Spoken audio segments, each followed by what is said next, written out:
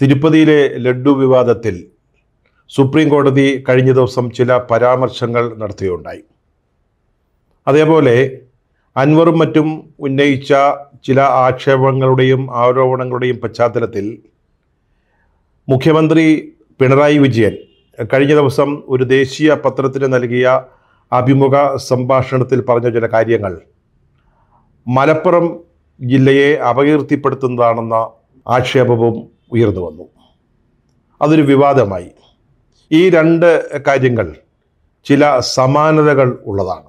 YSR കോൺഗ്രസിൻ്റെ നേതാവായ ജഗൻമോഹൻ റെഡ്ഡി ആന്ധ്രാപ്രദേശിലെ മുഖ്യമന്ത്രിയായിരിക്കുന്ന സമയത്ത് തിരുപ്പതിയിൽ ഉണ്ടാക്കിയ ലഡ്ഡുവിൽ മൃഗക്കൊഴുപ്പ് ചേർന്ന നെയ്യ് ഉപയോഗിച്ചു എന്നാണ് ഇപ്പോഴത്തെ അവിടുത്തെ മുഖ്യമന്ത്രിയായ ചന്ദ്രബാബു നായിഡു പരസ്യമായിട്ട് മാധ്യമങ്ങളുടെ മുമ്പിൽ ഒരു ആക്ഷേപം ഉന്നയിച്ചത്. അതുപോലെ കഴിഞ്ഞ ദിവസം ഹിന്ദു ദിനപത്രത്തിന് നൽകിയ ഒരു എക്സ്ക്ലൂസീവ് ഇൻ്റർവ്യൂവിൽ എന്ന് വെച്ചാൽ ആ പത്രത്തിന് മാത്രമായി നൽകിയ ഒരു അഭിമുഖ സംഭാഷണത്തിൽ മലപ്പുറം ജില്ലയിലേക്ക് വൻതോതിൽ സ്വർണം കള്ളക്കടത്ത് നടത്തുന്നുവെന്നും ഹവാല പണം എത്തുന്നുവെന്നും ഇതൊക്കെ രാജ്യദ്രോഹ പ്രവർത്തനങ്ങളിൽ ഉപയോഗിക്കുന്നു എന്നും നമ്മുടെ മുഖ്യമന്ത്രി പറയുകയുണ്ടായി. ഇത് രണ്ടും രണ്ട് മുഖ്യമന്ത്രിമാരുടെയും രാഷ്ട്രീയ ലക്ഷ്യങ്ങൾ സാധിക്കുക അല്ലെങ്കിൽ രാഷ്ട്രീയമായ ലാഭമുണ്ടാക്കുക എന്ന ഉദ്ദേശത്തോടു കൂടിയുള്ളതായിരുന്നു. ഇത് രണ്ടും BJPയെയും RSSനെയും സന്തോഷിപ്പിക്കുന്നതും ആയിരുന്നു. സെപ്റ്റംബർ മാസം 18-നാണ് ജഗൻമോഹൻ റെഡ്ഡി സർക്കാരിനെതിരായിട്ട് ഏറ്റവും ഹീനവും കുടിലവുമായ ഈ ഒരു ആക്ഷേപം ആന്ധ്ര മുഖ്യമന്ത്രി ഉന്നയിച്ചത്. ജൂലൈയിൽ വന്നു എന്ന് പറയുന്ന ഒരു ലബോറട്ടറി റിപ്പോർട്ടിൻ്റെ അടിസ്ഥാനത്തിലായിരുന്നു ഈ ആക്ഷേപം. സെപ്റ്റംബർ 25-ന്, അതായത് അദ്ദേഹം മാധ്യമങ്ങളെ കണ്ട് ദിവസങ്ങൾക്ക് ശേഷം ഈ ആരോപണം സംബന്ധിച്ച ഒരു FIR ഇടുകയും അതിൻ്റെ പിറ്റേന്ന് ഒരു പ്രത്യേക അന്വേഷണ സംഘത്തെ നിയോഗിക്കുകയും ചെയ്തു. വളരെ മാരകമായ ഒരു കളിയാണ് ചന്ദ്രബാബു നായിഡു നടത്തിയത് ഈ ആക്ഷേപം ഉന്നയിച്ചതിലൂടെ. അദ്ദേഹത്തിന് രാഷ്ട്രീയ ലക്ഷ്യങ്ങളുണ്ട്, അത് എല്ലാവർക്കും മനസ്സിലാവുകയും ചെയ്യും. ഒരു വെടിമരുന്ന് പുരയുടെ മൂലയ്ക്ക് തീ കൊടുത്തതിന് സമമായിരുന്നു അദ്ദേഹത്തിൻ്റെ പ്രവൃത്തി. BJP സ്വാഭാവികമായിട്ടും അത് ഏറ്റെടുക്കുമല്ലോ. അവരെ സംബന്ധിച്ചിടത്തോളം രാഷ്ട്രീയമായ ലാഭമുണ്ടാക്കാൻ പറ്റിയ ഒരു വിഷയമായിരുന്നു അത്. അങ്ങനെ തന്നെ സംഭവിച്ചു. അവരത് ഏറ്റെടുത്തു, അത് മൂപ്പിക്കുകയും ചെയ്തു. നമ്മൾ ഓർക്കേണ്ട ഒരു കാര്യമുണ്ട്, കോടിക്കണക്കിന് ഭക്തജനങ്ങൾ ആരാധനയോടുകൂടി നോക്കുന്ന അല്ലെങ്കിൽ ഭക്തി പുരസ്സരം കാണുന്ന ഒരിടമാണ് തിരുപ്പതി തിരുമല ദേവസ്ഥാനം എന്ന് പറയുന്നത്. അവിടെ ഭക്തർക്ക് കൊടുക്കുന്ന ലഡ്ഡുവാണ്. അതുണ്ടാക്കിയപ്പോൾ അതിൽ മൃഗക്കൊഴുപ്പ് ചേർന്ന അല്ലെങ്കിൽ മൃഗക്കൊഴുപ്പ് കലർത്തിയ നെയ്യ് ഉപയോഗിച്ചു എന്ന് പറഞ്ഞാൽ ഭക്തന്മാർ അത് എങ്ങനെ സഹിക്കും? അതും ആരോപണ വിഷയമായ ഈ ലഡ്ഡു ഉണ്ടാക്കിയത് ജഗൻമോഹൻ റെഡ്ഡി മുഖ്യമന്ത്രി ആയിരിക്കുന്ന ആ സമയത്താണ്. അതാണ് ഏറ്റവും വലിയ കാളകൂടം എന്ന് പറയുന്നത്. കാരണം എന്താണെന്ന് ചോദിച്ചാൽ അദ്ദേഹം ഒരു ന്യൂനപക്ഷ വിഭാഗത്തിൽപ്പെട്ട ഒരാളാണ്. കുറേ കൂടി വ്യക്തമായി പറഞ്ഞാൽ അദ്ദേഹം ഒരു ക്രിസ്ത്യാനിയാണ്. ക്രിസ്ത്യാനിയായ ഒരു മുഖ്യമന്ത്രി സംസ്ഥാനം ഭരിക്കുന്ന സമയത്ത് തിരുപ്പതിയിലെ ലഡ്ഡുവിൽ മായം ചേർന്നു. മായമെന്ന് വെച്ചാൽ സാധാരണ മായമല്ല, മൃഗക്കൊഴുപ്പ്. യാതൊരു കാരണവശാലും സംഭവിച്ചുകൂടാത്തതാണ്. അങ്ങനെ ഉണ്ടായി എന്ന് പറഞ്ഞാൽ അതുണ്ടാക്കുന്ന പ്രത്യാഘാതങ്ങൾ എത്ര വലുതായിരുന്നു. ഇത് BJPയെ സംപ്രീതരാക്കി, യാതൊരു സംശയവുമില്ല. ഇതിൻ്റെ പിന്നിൽ ആന്ധ്രയിലെ ജനവിഭാഗങ്ങൾക്കിടയിൽ ഒരു ചേരിതിരിവും ഭിന്നിപ്പും ഉണ്ടാക്കുക എന്ന ലക്ഷ്യം ഉണ്ടായിരുന്നോ എന്ന് പോലും സംശയിക്കേണ്ടതുണ്ട്. ഇത് സംബന്ധിച്ചൊരു പ്രത്യേക സംഘം അന്വേഷണം നടത്തുന്നുണ്ട്. അതിനപ്പുറത്ത് കൂടുതൽ സമഗ്രമായ വിശദമായ ഒരു അന്വേഷണം വേണമെന്നാവശ്യപ്പെട്ട് ചില ഹർജികൾ സുപ്രീം കോടതിയുടെ മുമ്പിൽ വന്നു. അപ്പോൾ സുപ്രീം കോടതിക്ക് ഈ ആക്ഷേപത്തിന് പിന്നിലെ രാഷ്ട്രീയ ലക്ഷ്യം ബോധ്യപ്പെട്ടു. അവർ ചന്ദ്രബാബു നായിഡുവിനെ എടുത്തിട്ട് കുടഞ്ഞു എന്ന് തന്നെ പറയാം, അല്ലെങ്കിൽ വലിച്ചു കീറി ഭിത്തിയിൽ ഒട്ടിക്കുക തന്നെ ചെയ്തു. ചന്ദ്രബാബു നായിഡു ഈ ആക്ഷേപം ഉന്നയിക്കുന്നതിനെ ആശ്രയിച്ച ലാബറട്ടറി റിപ്പോർട്ട് തന്നെ വിശ്വാസ്യതയുള്ളതല്ലെന്നാണ് സുപ്രീം കോടതി ഇപ്പോൾ നിരീക്ഷിച്ചിരിക്കുന്നത്. അതുമാത്രമല്ല, FIR ഇടുന്നതിന് മുമ്പ് എന്തിന് ചന്ദ്രബാബു നായിഡു മാധ്യമങ്ങളെ കണ്ടു അല്ലെങ്കിൽ ഈ ആരോപണം പരസ്യമാക്കി? അതുപോലെ തന്നെ ലാബറട്ടറി പരിശോധിച്ച നെയ്യുണ്ടല്ലോ, ആ നെയ്യ് ലഡ്ഡു ഉണ്ടാക്കാൻ ഉപയോഗിച്ചതല്ല, ഉപയോഗിക്കാതെ മാറ്റിവെച്ചതാണ്, ഒഴിവാക്കിയതാണ്, അല്ലെങ്കിൽ തള്ളിക്കളഞ്ഞതാണ്. ആ നെയ്യാണ് പരിശോധിച്ചിരിക്കുന്നത്. ആ പരിശോധനയുടെ റിപ്പോർട്ടാണ് ലബോറട്ടറിയിൽ നിന്ന് വന്നിരിക്കുന്നത്. അതിൻ്റെ അടിസ്ഥാനത്തിൽ എന്തുകൊണ്ട് നിരുത്തരവാദപരമായ ഒരു ആക്ഷേപം അല്ലെങ്കിൽ ആരോപണം ഉന്നയിച്ചു എന്നാണ് സുപ്രീം കോടതി ചന്ദ്രബാബു നായിഡുവിനോട് ചോദിച്ചത്. ഉപയോഗിക്കാതെ ഒഴിവാക്കിയ നെയ്യുടെ പരിശോധന സംബന്ധിച്ച ഫലം ഉപയോഗിച്ച് എങ്ങനെ ഈ ആരോപണം ഉന്നയിക്കാൻ പറ്റും? അല്ലെങ്കിൽ തന്നെ ആരെങ്കിലും ഇത്തരത്തിൽ മനഃപൂർവ്വം ചെയ്യുമോ? തിരുപ്പതി പോലെ ഒരു ക്ഷേത്രത്തിൽ അവിടുത്തെ ലഡ്ഡു എന്ന് പറഞ്ഞാൽ വളരെ പാവനമായിട്ട് ഭക്തജനങ്ങൾ സ്വീകരിക്കുന്നതാണ്. അവിടെ മായം കലർത്താൻ ആരെങ്കിലും തയ്യാറാവൂ? ഇനി ജഗൻമോഹൻ റെഡ്ഡി ഇതറിഞ്ഞിട്ടുണ്ടെങ്കിൽ തന്നെ അദ്ദേഹം കൂടുതൽ ശ്രദ്ധ പുലർത്തുക മാത്രമല്ല ഇക്കാര്യത്തിൽ ചെയ്യുക. ഇതിൻ്റെയൊക്കെ അടിസ്ഥാനത്തിലാണ് സുപ്രീം കോടതി ചന്ദ്രബാബു നായിഡുവിനെ വളരെ നിശ്ചിതമായിട്ട് വിമർശിച്ചത്. ഏതാണ്ട് സമാനമായൊരു സാഹചര്യമാണ് നമ്മുടെ മുഖ്യമന്ത്രിയുടെ അഭിമുഖ സംഭാഷണവുമായി ബന്ധപ്പെട്ടും ഉണ്ടായത്. നമുക്കറിയാം, PV അൻവർ ഉന്നയിച്ച ആക്ഷേപങ്ങൾ, അദ്ദേഹം പുറത്തുപോയി ആവർത്തിച്ചുകൊണ്ടിരിക്കുന്ന അല്ലെങ്കിൽ പുതുതായി ഉന്നയിച്ചുകൊണ്ടിരിക്കുന്ന ആക്ഷേപങ്ങൾ, അദ്ദേഹത്തിൻ്റെ ഏറ്റവും പ്രിയപ്പെട്ട ADGP RSS നേതാക്കളെ, 2 നേതാക്കളെ കണ്ടു എന്ന ആക്ഷേപം, അദ്ദേഹത്തെ മാറ്റണമെന്ന് ആവശ്യപ്പെട്ടുകൊണ്ട് CPI നടത്തുന്ന സമ്മർദ്ദങ്ങൾ, ഇതിൻ്റെയൊക്കെ ഫലമായിട്ട് നമ്മുടെ മുഖ്യമന്ത്രി പിണറായി വിജയൻ ആകെ വശം കെട്ടു നിൽക്കുകയാണ്. ഈ സാഹചര്യത്തിലാണ് ന്യൂഡൽഹിയിൽ അദ്ദേഹം ഹിന്ദു ദിനപത്രത്തിന് ഒരു അഭിമുഖ സംഭാഷണം നൽകുന്നത്, ഒരു ഇൻ്റർവ്യൂ അനുവദിക്കുന്നത്. അദ്ദേഹം നല്ല രാഷ്ട്രീയ ബുദ്ധിയുള്ള ആളാണ്. പറയുന്ന ഓരോ വാക്കുകളും സൂക്ഷിച്ചേ അദ്ദേഹം ഉച്ചരിക്കാറുള്ളൂ. അത്തരം ഒരാൾ ബോധപൂർവമല്ലാതെ ഇങ്ങനെ പറയുമെന്ന് തോന്നുന്നില്ല. അല്ലാതെ അങ്ങനെ അബദ്ധത്തിൽ സംഭവിച്ചതാണ് എന്ന് കരുതാനും ന്യായമില്ല. ഇത് ഹിന്ദു ദിനപത്രത്തിലാണ് പ്രസിദ്ധീകരിച്ചു വന്നത്. സാധാരണ മാധ്യമങ്ങളെ കാണുമ്പോൾ ഒഴിഞ്ഞു പോകുന്ന ഒരാളാണ്.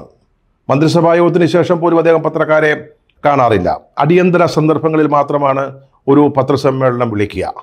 ആ പിണറായിയാണ് ഹിന്ദു ദിനപത്രത്തിന് അവർക്ക് മാത്രമായിട്ടൊരു ഇൻ്റർവ്യൂ അല്ലെങ്കിൽ അഭിമുഖ സംഭാഷണം അനുവദിക്കുന്നത്. ഹിന്ദു എന്ന് പറഞ്ഞാൽ എൻ റാമിൻ്റെ നിയന്ത്രണത്തിലുള്ളതാണ്.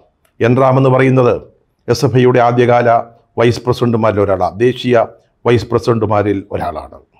അൻവറും സ്വർണ്ണക്കടത്തും P ശശിയും MR അജിത് കുമാറൊക്കെ ചേർന്ന് പിണറായി ഒരു ചക്രവ്യൂഹത്തിലാക്കിയിരിക്കുകയാണെന്ന് നമുക്കെല്ലാം അറിയാം. പക്ഷേ അതിനെന്തിനാണ് മലപ്പുറം പോലൊരു ജില്ലയുടെ നെഞ്ചത്ത് കയറുന്നത്?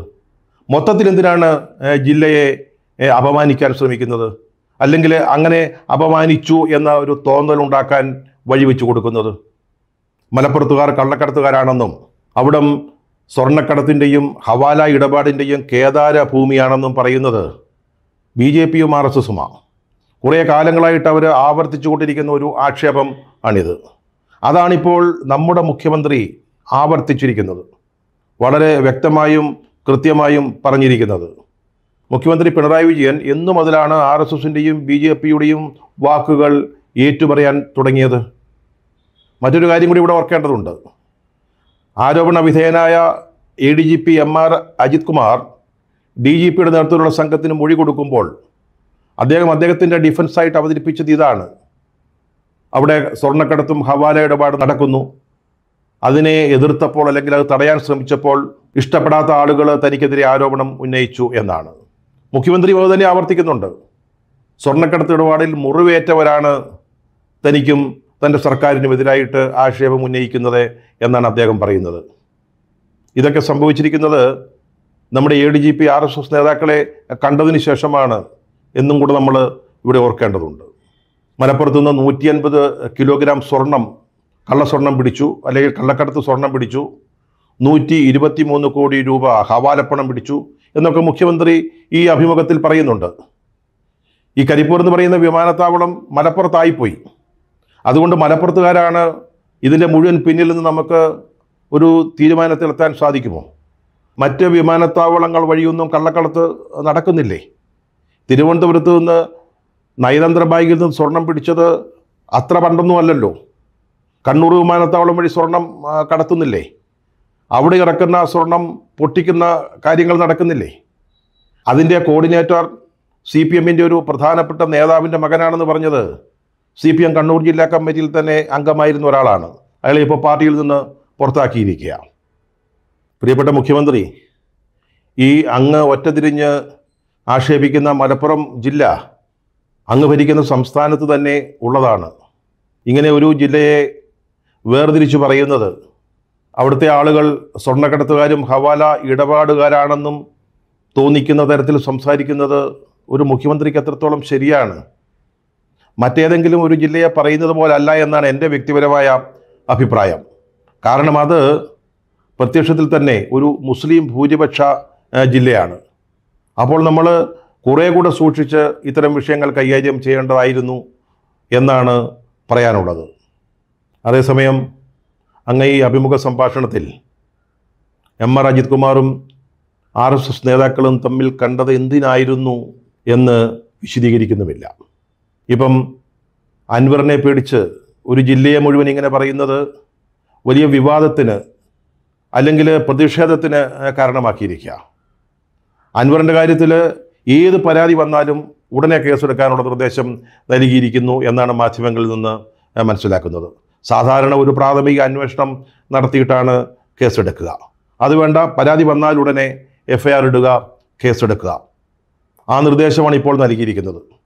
അദ്ദേഹത്തിനെതിരെ കേസുകൾ എടുക്കുന്നുമുണ്ട്. പക്ഷേ അങ്ങ് ഒരു കാര്യം ഓർക്കേണ്ടതുണ്ട്. പാർട്ടി വിലക്കിയതിന് ശേഷം അൻവർ നടത്തിയ പത്രസമ്മേളനത്തിൻ്റെ വിശദാംശങ്ങൾ പോലും ദേശാഭിമാനിയുടെ 1-ാം പേജിൽ വന്ന കാലമാണിത്. 2 പാർട്ടി സെക്രട്ടേറിയറ്റ് അംഗങ്ങൾ ദേശാഭിമാനിയുടെ ചുമതലയിലുണ്ട്. എന്നിട്ടാണ് ഇത് സംഭവിച്ചത്. അതുപോലെ തന്നെ പോലീസിലെ വളരെ രഹസ്യമായ ചില റിപ്പോർട്ടുകൾ, ഫയലുകൾ മലപ്പുറത്ത് കൊണ്ടുചെന്ന അൻവറിന് സമർപ്പിക്കുന്ന പോലീസ് ഓഫീസർമാരുള്ള ഒരു പോലീസ് സേനയെയാണ് അങ്ങ് നയിക്കുന്നത്, ഭരിക്കുന്നത് എന്ന കാര്യവും മറന്നു പോകരുത്. CPI എന്ന് പറയുന്ന രണ്ടാമത്തെ കക്ഷി, CPM-ആയിട്ട് നോക്കുമ്പോൾ താരതമ്യേന സ്വാധീനം കുറഞ്ഞ ഒരു പാർട്ടി, അവരിപ്പോൾ അങ്ങയുടെ പാർട്ടിയെ M.R. അജിത് കുമാറിൻ്റെ പേരിൽ അദ്ദേഹത്തിനെതിരെ നടപടിയെടുക്കണമെന്ന് ആവശ്യപ്പെട്ടുകൊണ്ട് ഇട്ട് വട്ടം ചുറ്റിക്കുന്ന കാഴ്ച ആ കാലവും കൂടിയാണ് ഇത്. ഈ പശ്ചാത്തലത്തിലൊക്കെ അങ്ങയുടെ പാർട്ടി വളരെ ദുർബലമാണ്. അങ്ങയുടെ സർക്കാരും വളരെ ദുർബലമായി മാറിയിരിക്കുകയാണ്. കഴിവുകേട്, സർക്കാരിൻ്റെ കഴിവുകേട് ജനങ്ങളിൽ നിന്ന് ഉറക്കെ അത് ചർച്ച ചെയ്യുന്നുണ്ട്. ഇതിനൊക്കെ മറിയിടാൻ അങ്ങ് ദയവ് ചെയ്ത് മലപ്പുറം ജില്ലയെ ഒരു കരുവാക്കരുത്. അതുപോലെ RSSനെയും BJPയെയും പ്രീതിപ്പെടുത്താൻ വേണ്ടി ഈ രീതിയിൽ സംസാരിക്കരുത്. തിരുപ്പതി ലഡ്ഡു വിവാദത്തിൽ സുപ്രീം കോടതി കഴിഞ്ഞ ദിവസം പറഞ്ഞൊരു പ്രധാനപ്പെട്ട കാര്യമുണ്ട്. കോടതി പറഞ്ഞത്, ദയവ് ചെയ്ത് നിങ്ങൾ ദൈവത്തെ നിങ്ങളുടെ രാഷ്ട്രീയ കാര്യങ്ങളിൽ കൊണ്ടുവരരുത്, ഇടപെടിക്കരുത്. അതാണ് അതിൻ്റെ ശരി. ദൈവത്തെ, മതത്തെ, മതവിശ്വാസത്തെ, ഒരാൾ 5 നേരം നിസ്കരിക്കുന്നതിനെ ഇതൊക്കെ രാഷ്ട്രീയ വിഷയമാക്കി മാറ്റാതിരിക്കുന്നതാണ് എല്ലാവർക്കും നല്ലത്.